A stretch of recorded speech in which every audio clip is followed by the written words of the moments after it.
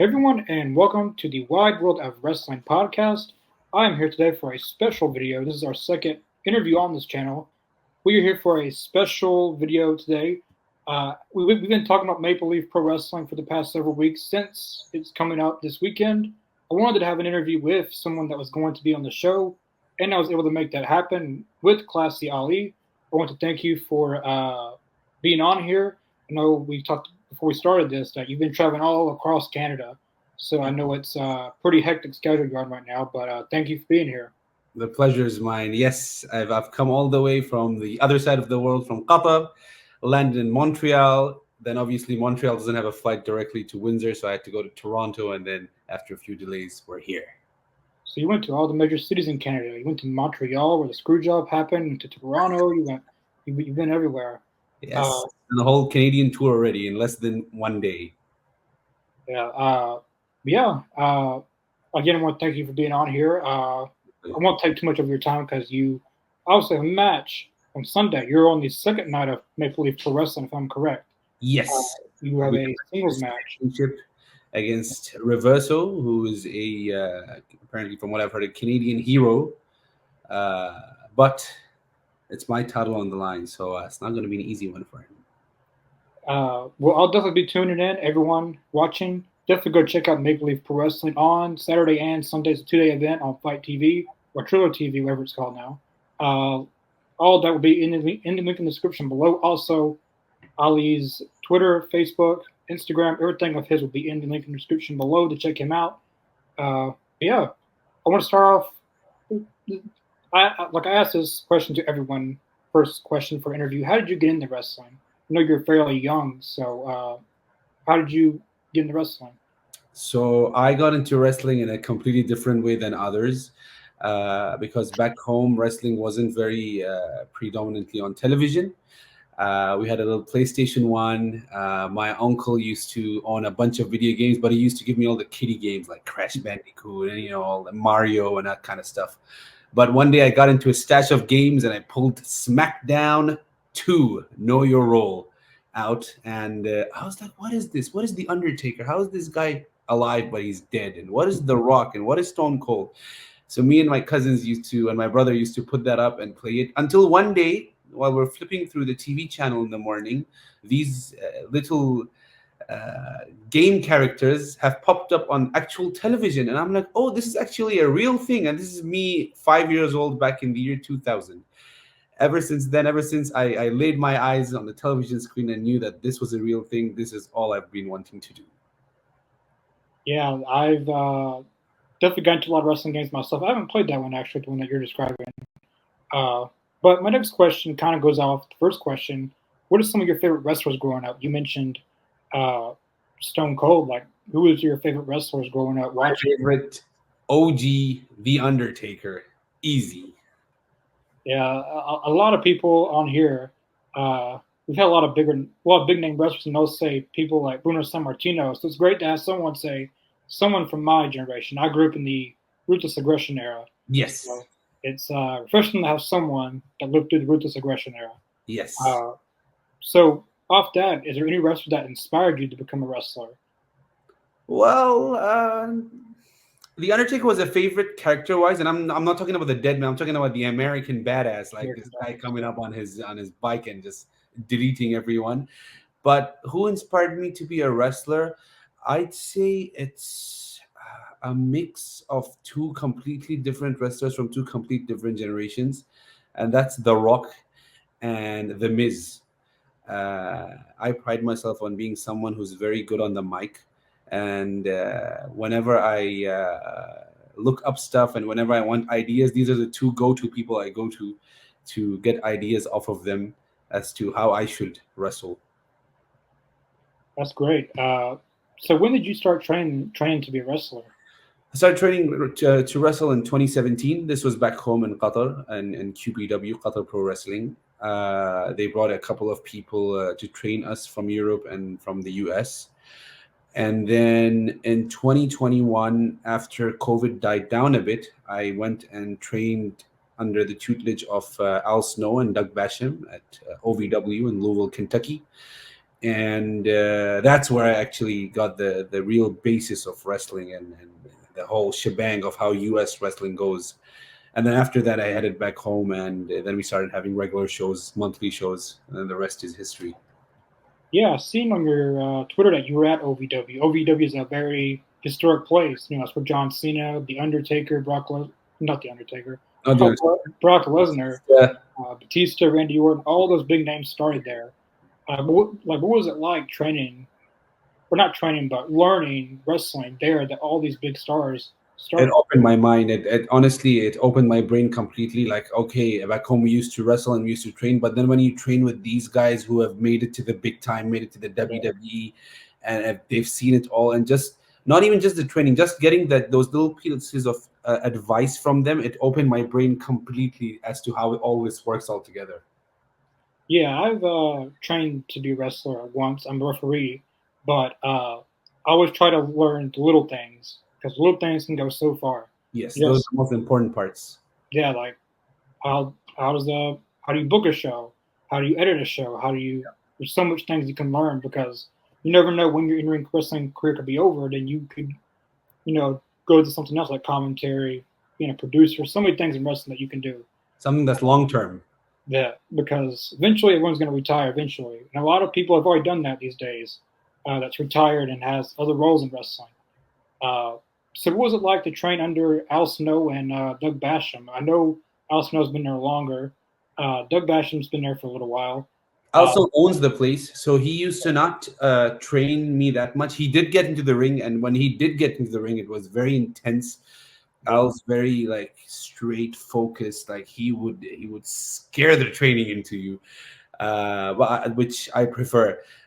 Doug was the kind of person, as in, okay, we're going through a drill, and then let's say someone messes up an arm drag. Okay, now the whole training session is going to be put into only doing arm drags. So every single person there is there, and that might be 4 people or that might be 20 people.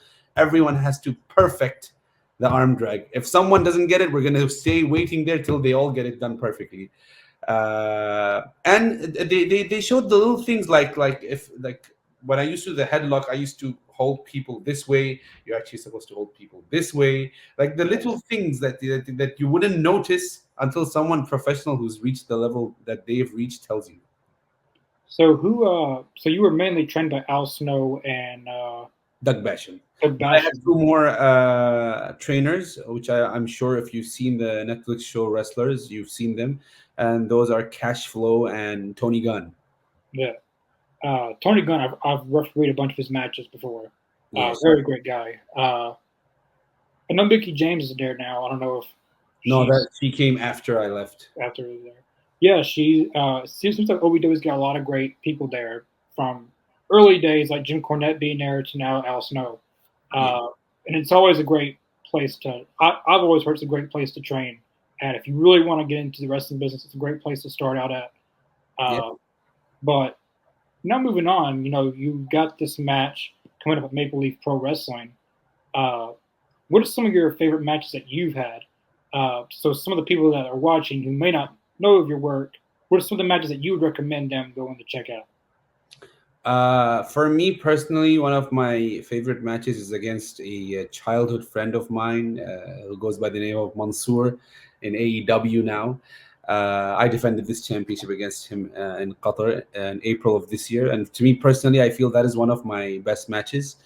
I've also had a few matches against Alexander Wolf, who used to be in the WWE with Sanity. I've worked with one of my arch nemesis, and this was a show that took place, I believe, in the start of September this year. It's a gentleman back home called Psycho, and we have this rivalry going on where he became the #1 contender, and then he just never could get that match because my character kept dodging him. And then eventually we had a no holds barred match where he does an insane jump off the roof, puts me through a table, and then I wouldn't spoil the match if you hadn't seen all of it. But yeah, those are some of the matches that stand out. Yeah, I've And of course, I forgot the main one. We had our own iteration of the Royal Rumble, which is called QPW Ground Battle, where it's the same rules as the Royal Rumble, but it also has pinfalls and submissions. So you got two referees standing Oh, outside, wow. and if there's any pinfall submission going on, you get eliminated. And it was I think 15-man rumble, and the winner becomes the inaugural QPW Qatar champion. Came in at number 5, I believe, won the whole thing, and have been reigning as champion for the last 560 days, unpinned, Wow. I might add. So you're the first champion. You've held it for 500 and something days. Yep. So you're 500 days from on tribal chief mode. Yes. So Halfway there. uh, yeah, I've checked out some of your work, and I thought that you were a very great talent. And out of all the people, I wanted to get someone on here that wasn't known that's going to be at this Maple Leaf show, because obviously you got guys like Josh, Alexander, and Nakeshita who are known. I wanted to get someone on here that maybe fans don't know, Right. because I'm a big fan of Canadian pro wrestling. And it's great to have new people coming up. One of my favorites of all time was Petey Williams. He really created the Canadian Destroyer. Yes. I don't think he gets enough credit for that, because so many people use it nowadays. Yes. But who are some of your favorite Canadian pro wrestlers? Well, Canadian, of course, who stands out? Bret the Hitman Hart. Yeah. Obviously, his era came much before I started watching. But then when you go backwards and you watch everything, and you're like, oh, this guy was him. Obviously, when you say Bret Hart, then you say Owen Hart as well. I've seen a bunch of his matches. And what happened with him obviously was also very tragic. And then when you go into the new days, I used to watch TNA back in the day. Yeah. And this is when, of course, you had the Jeff Hardys and the Hulk Hogans and Eric Bischoff, and everyone came in. That's when Petey Williams did actually stand out with the Canadian Destroyer. Yeah, Petey Williams was always one of my favorites. He still is one of my favorites. I wish he would get into the TNA Hall of Fame pretty soon. He should. I know they recently put Rhino, I believe. Rhino's going to be in the TNA Hall of Fame. Nice. But speaking about TNA, person that runs Maple Leaf Pro Wrestling is Scott Demora. How did this opportunity become with Maple Leaf Pro Wrestling? Sorry, I didn't get your question. Oh, I asked, how did this opportunity with Maple Leaf Pro Wrestling become to be? Right. As the former owner or former creative man behind TNA, Scott Demora.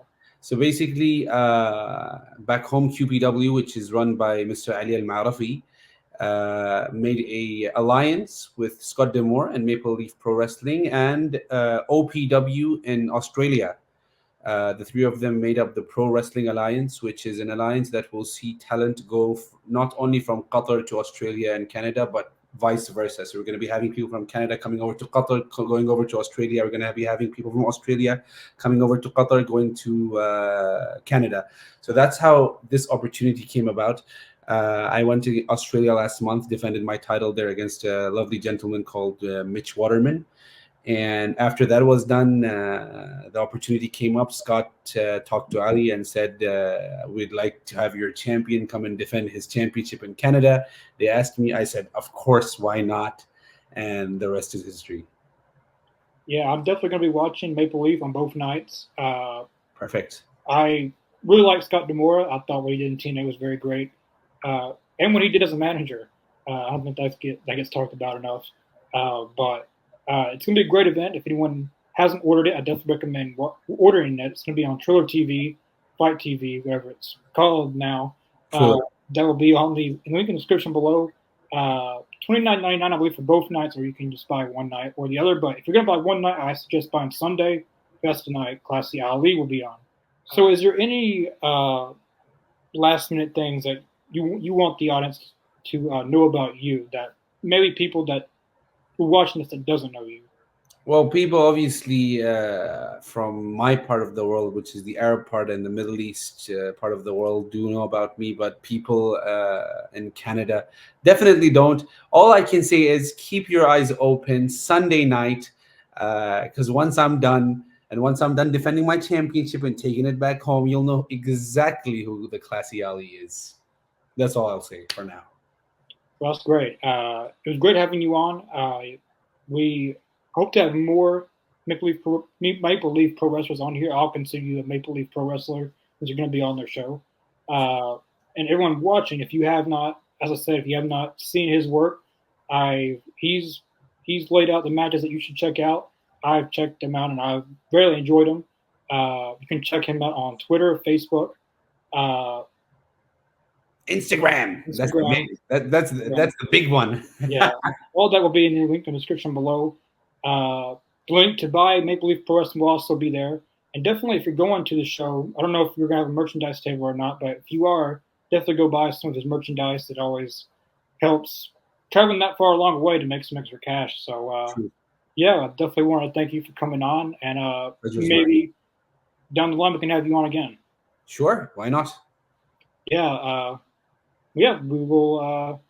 I'm definitely looking forward to watching the pay-per-view this weekend. Yeah, you give me a reaction after the match is over. Do let me know what you think.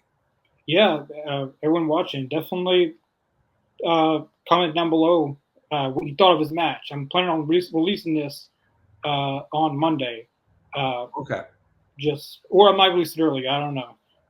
Got a lot of interviews to put out, but definitely go check. Definitely go tell Ali what you think about his match. I know it's going to be a good match. I've seen your matches.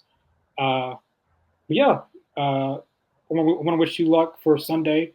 Thank you. On your match, I don't think you need the luck because you've had the belt for over 500 days. Yep. But yeah, that was great to have you on. It's my pleasure. Thank you so much for having me.